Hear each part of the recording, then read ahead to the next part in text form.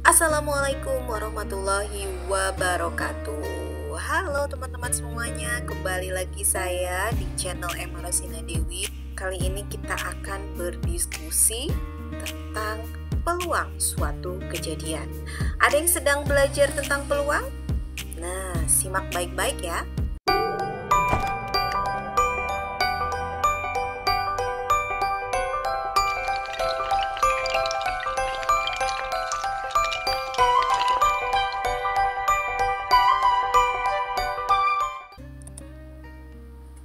Berapa besar kemungkinannya? Besar kemungkinan apa? Nah, kita lihat kasusnya. Yang pertama, matahari terbit dari sebelah barat. Berapa besar kemungkinannya? Jangan dijawab dulu. Kita bandingkan dengan pernyataan ini. Di planet Bumi, benda selalu jatuh ke bawah. Berapa besar kalau yang ini kemungkinannya? Dan satu lagi, hujan turun setelah langit mendung. Sudah punya jawaban untuk masing-masing kasus? Berapa besar kemungkinan untuk yang matahari, yang benda selalu jatuh ke bawah, dan hujan turun setelah langit mendung? Oke, kita samakan ya jawabannya. Yang pertama, matahari terbit dari sebelah barat itu adalah suatu hal yang tidak mungkin atau kemustahilan. Sedangkan di planet Bumi benda selalu jatuh ke bawah itu adalah sesuatu yang pasti. Pernah tidak kita melemparkan sesuatu kemudian dia tidak jatuh ke bawah? Mungkin ada yang pernah, tapi nyangkut gitu kan di pohon atau di atap rumah misalnya. Tapi ini bukan ada kondisi yang seperti itu ya. Misalnya tidak ada penghalang apapun, ketika kita menjatuhkan sesuatu, itu sudah dipastikan selama kita ada di planet Bumi, maka barang tersebut pasti jatuh ke bawah. Lalu bagaimana dengan hujan turun setelah langit mendung? Apakah hujan selalu turun apabila langit mendung dulu? Atau bisa jadi hujan turun tiba-tiba walaupun langit sedang cerah? Mungkin tidak. Nah, ternyata tidak selalu ya hujan turun setelah langit mendung. Ada kalanya cuaca cerah, tiba-tiba hujan turun. Kenapa sih kita bahas ini? Nah, karena kita akan belajar tentang peluang suatu kejadian. Yang pertama tadi kita ulas lagi. Matahari tidak mungkin terbit dari sebelah barat. Artinya peluangnya 0. Karena tidak mungkin. Sedangkan untuk yang di planet Bumi benda selalu jatuh ke bawah, itu nilai peluangnya adalah 1. Artinya sesuatu yang pasti. Sedangkan untuk kasus yang ketiga tentang hujan turun setelah langit mendung karena tidak selalu, maka peluangnya itu adalah 0 kurang dari sama dengan P kurang dari sama dengan 1. Nah, sekarang kita ulas lebih jauh fakta tentang peluang suatu kejadian. Tadi disinggung bahwa peluang itu bisa jadi 0, bisa jadi sama dengan 1, atau berada di antaranya. Apabila peluangnya 0, ini dikatakan kemustahilan, artinya tidak mungkin terjadi. Sedangkan apabila peluangnya sama dengan 1, itu dikatakan sebagai kepastian, artinya pasti terjadi. Dan peluang juga mungkin nilainya berada di antara 0 sampai dengan 1. Ya. Oke, sekarang kita kenalan dulu deh sama yang namanya ruang sampel. Karena di dalam peluang, ruang sampel ini akan terlibat ya dalam menghitung besarnya peluang suatu kejadian. Ada yang pernah dengar ruang sampel? Nah, misalnya kita akan mencari tahu ruang sampel sebuah mata dadu. Tahu kan dadu? Bentuknya kubus. Kubus itu sisinya ada 6. Nah, pada dadu, setiap sisinya itu diberi noktah. Ada yang 1, ada yang 2, ada yang 3, dan seterusnya sampai 6. Maka himpunan ruang sampel untuk dadu itu adalah 1, 2, 3, 4, 5, 6. ada berapa banyak anggota himpunan ruang sampel untuk sebuah mata dadu? Jawabannya adalah 6. Sekarang kita lihat kasus yang lain. Nah, ini ada seorang ibu yang sedang hamil. Maka himpunan ruang sampel untuk kemungkinan jenis kelamin anak yang dilahirkannya itu adalah, nah ini himpunan ruang sampelnya, yaitu kalau tidak laki-laki pasti perempuan. Maka akan ada 2 anggota himpunan ruang sampel untuk kasus jenis kelamin anak yang dilahirkan oleh seorang ibu. Nah, sekarang kita akan cari tahu bagaimana cara menghitung banyak anggota himpunan ruang sampel ya. Yang pertama, kasusnya pada sebuah koin mata uang. Coba kita lihat. Nah, ini adalah sebuah koin mata uang. Tampak depan itu berupa angka. Sedangkan apabila kita balikan, maka tampak belakangnya berupa gambar. Sehingga anggota himpunan ruang sampel untuk sebuah koin mata uang adalah angka dan gambar. Ada berapa? Ada 2 anggota himpunan ruang sampel untuk sebuah koin mata uang.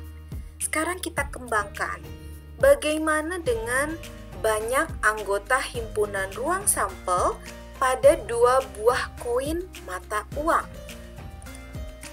Pertama bisa angka sama angka. Jadi koin yang pertama muncul angka. Koin yang kedua kebetulan muncul angka juga. Ini kemungkinan pertama. Yang kedua bisa koin pertama angka, koin kedua gambar. Yang ketiga koin pertama gambar, koin keduanya angka. Dan yang terakhir koin pertama gambar, koin kedua juga gambar. Apakah ada yang terlewat? Tidak ada. Maka di sini dapat kita tuliskan bahwa anggota himpunan ruang sampel untuk pelemparan 2 buah koin mata uang adalah yang ini angka-angka atau saya singkat AA, ini angka gambar atau saya singkat AG, dan yang ini adalah gambar angka atau saya singkat GA, dan yang ini gambar-gambar atau disingkat GG. Untuk menghitung berapa banyak anggota himpunan ruang sampel, ini kan ada 4. Dihitungnya dari mana? Sekarang kita lihat tadi. Kemungkinan muncul pada pelemparan sebuah koin mata uang itu kan 2 ya. Nah, ini yang di kasus yang pertama 2. Ini saya tulis 2. Koin mata uangnya ada berapa? Ada 2, maka dia dipangkatkan 2. Sehingga hasilnya adalah 2 pangkat 2 sama dengan 4. Oke. Sekarang kita lanjutkan untuk contoh yang lain ya, tidak tentang mata uang lagi, melainkan 2 buah dadu. Nah, untuk 2 buah dadu ini kita dibantu dengan sebuah tabel. Yang mendatar ini adalah untuk kemungkinan munculnya angka pada dadu pertama, sedangkan yang ke bawah ini adalah kemungkinan muncul angka pada dadu kedua. Sehingga kemungkinan-kemungkinan yang bisa terjadi apabila kita melemparkan 2 buah dadu adalah bisa 1,1, artinya dadu pertama muncul angka 1, dadu kedua juga angka 1. Kemudian bisa 1,2, dadu pertama muncul angka 1, dadu kedua muncul angka 2. 1,3, 1,4, 1,5, 1,6 dan seterusnya sampai 6,6. Jadi ada berapa banyak anggota himpunan ruang sampel pada pelemparan 2 buah dadu? Ini tinggal kita hitung. Kesini 6, kesini 6, berarti 6 kali 6 atau 6 pangkat 2 sama dengan 36. Kalau kita menghitung seperti konsep yang tadi saya jelaskan di kasus kedua ini, kita lihat sebuah dadu itu kemungkinan muncul angkanya kan ada 6 ya. Nah, ini saya tulis 6 di sini. Kemudian di sini yang dilempar ada berapa? Ada 2 buah dadu, maka 6 pangkat 2 sama dengan 36. Begitu caranya. Dan kasus berikutnya, sebuah dadu dan sebuah koin mata uang. Sekarang yang akan kita hitung banyak anggota himpunan ruang sampelnya. Nah, tadi dadu itu ada 6, sedangkan koin mata uang ada 2. Maka kemungkinannya adalah apabila dadunya yang muncul angka 1. Koin mata uangnya A misalnya. Kemudian dadunya 2. A, 3A, 4A sampai 6A. Sekarang gantian yang gambar yang muncul 1G, 2G dan seterusnya sampai 6G. Jadi banyak anggota himpunan ruang sampelnya adalah 6 dikali 2 sama dengan 12. Nah, sekarang teman-teman saya minta untuk mencoba mengerjakan tantangan 1. Tentukan himpunan ruang sampel pada pelemparan 3 koin mata uang dan hitung banyak anggota himpunannya. Oke, lanjut lagi.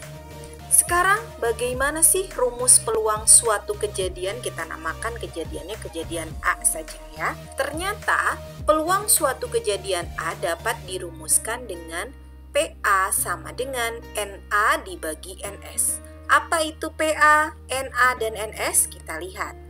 PA adalah peluang kejadian A, sedangkan NA adalah banyak anggota kejadian A. Dan NS adalah banyak anggota himpunan ruang sampelnya.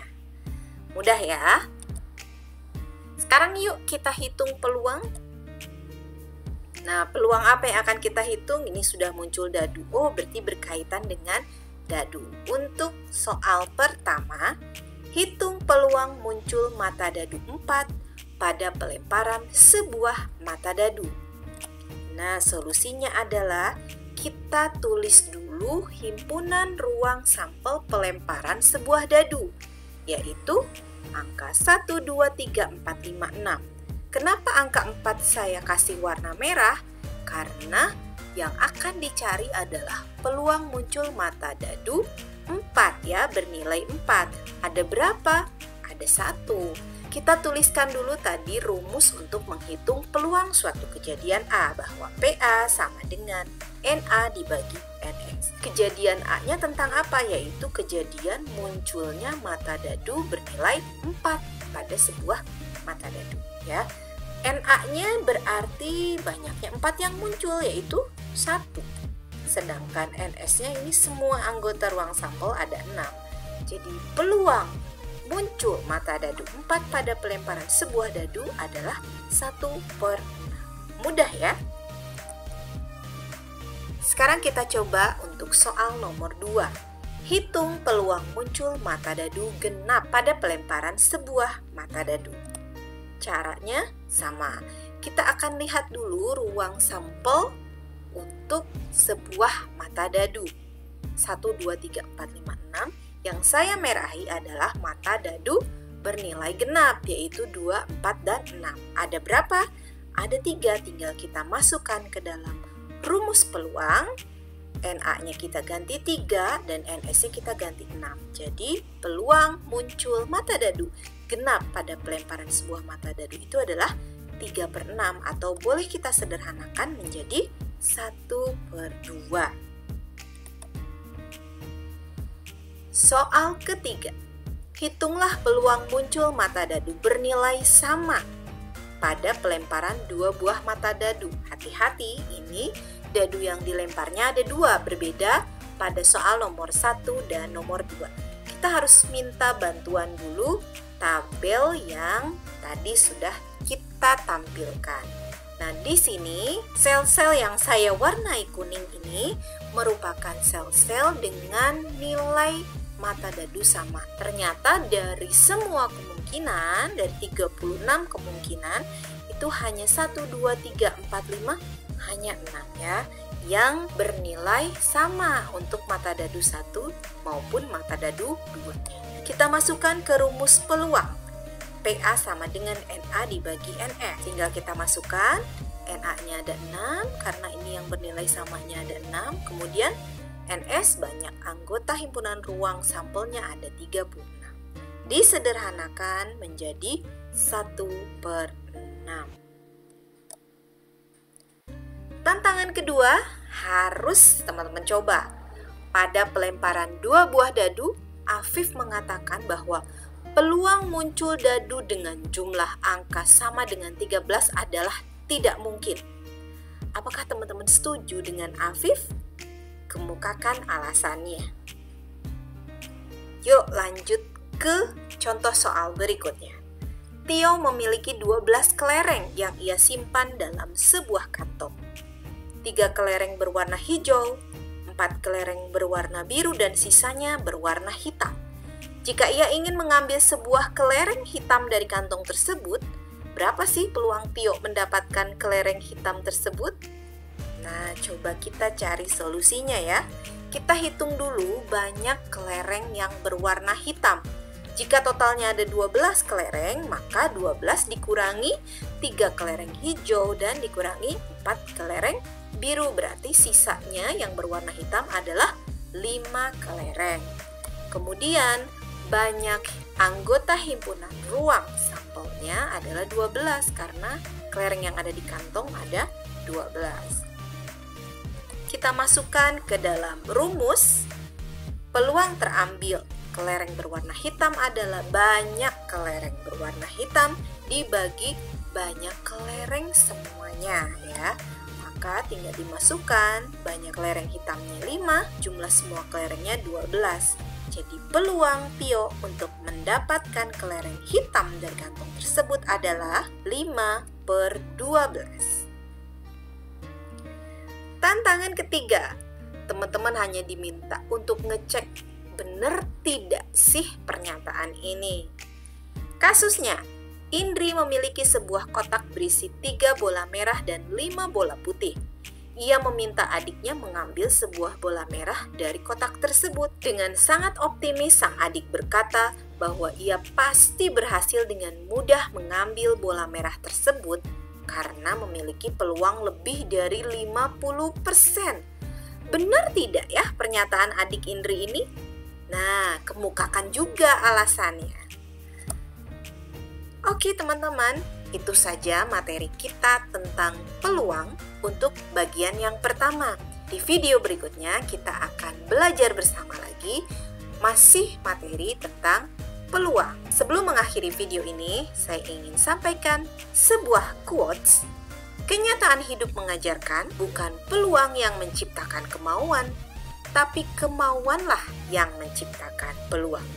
Ayo bangun kemauan kita supaya kita bisa mendapatkan peluang yang luar biasa demi masa depan yang luar biasa juga. Terima kasih, semoga bermanfaat. Assalamualaikum warahmatullahi wabarakatuh.